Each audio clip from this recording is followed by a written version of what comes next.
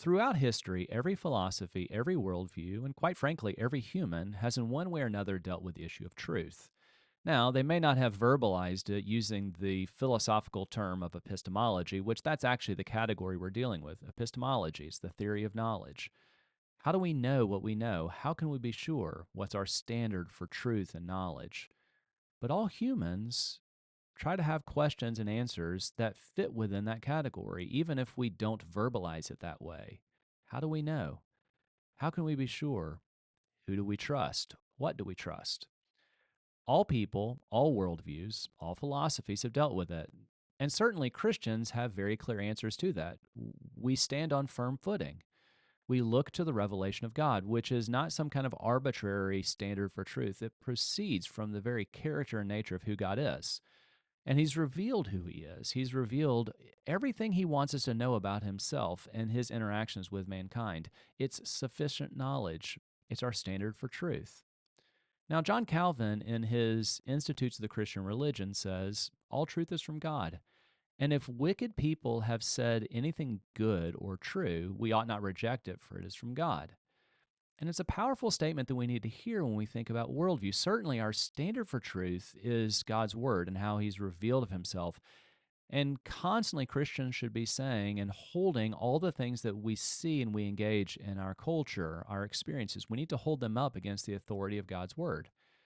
And yet we also know that part of that's going to look like the statements that we explore the statements or the things written or the art, the many different ways that people have produced statements, true statements.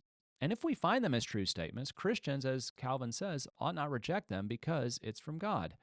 Because we understand that if there's going to be anything true, it would not be possible to be true unless God made that possible.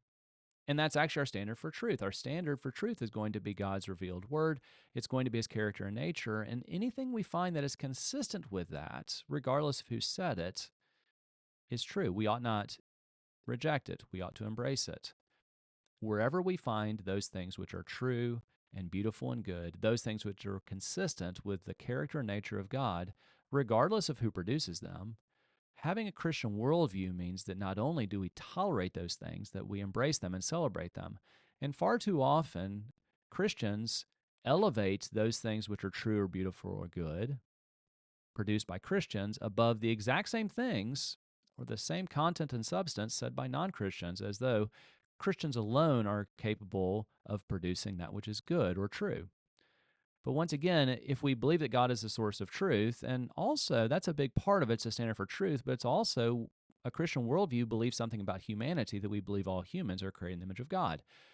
And as image bearers of God, we should expect non-Christians, not just Christians, to produce or to say or to write those things which are true and beautiful and good.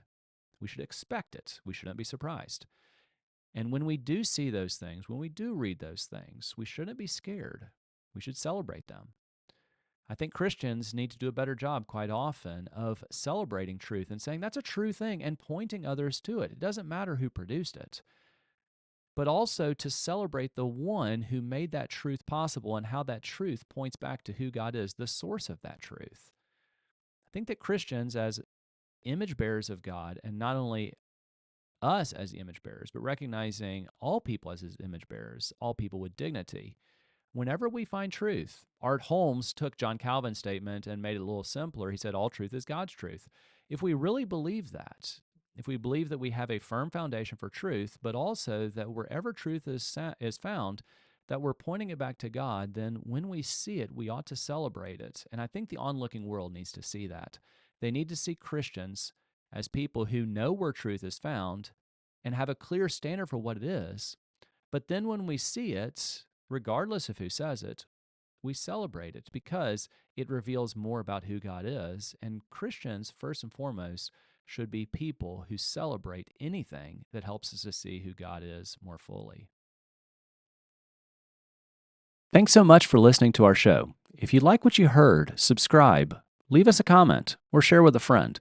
To find out more about Renew Education, visit our website at www.renew-education.org.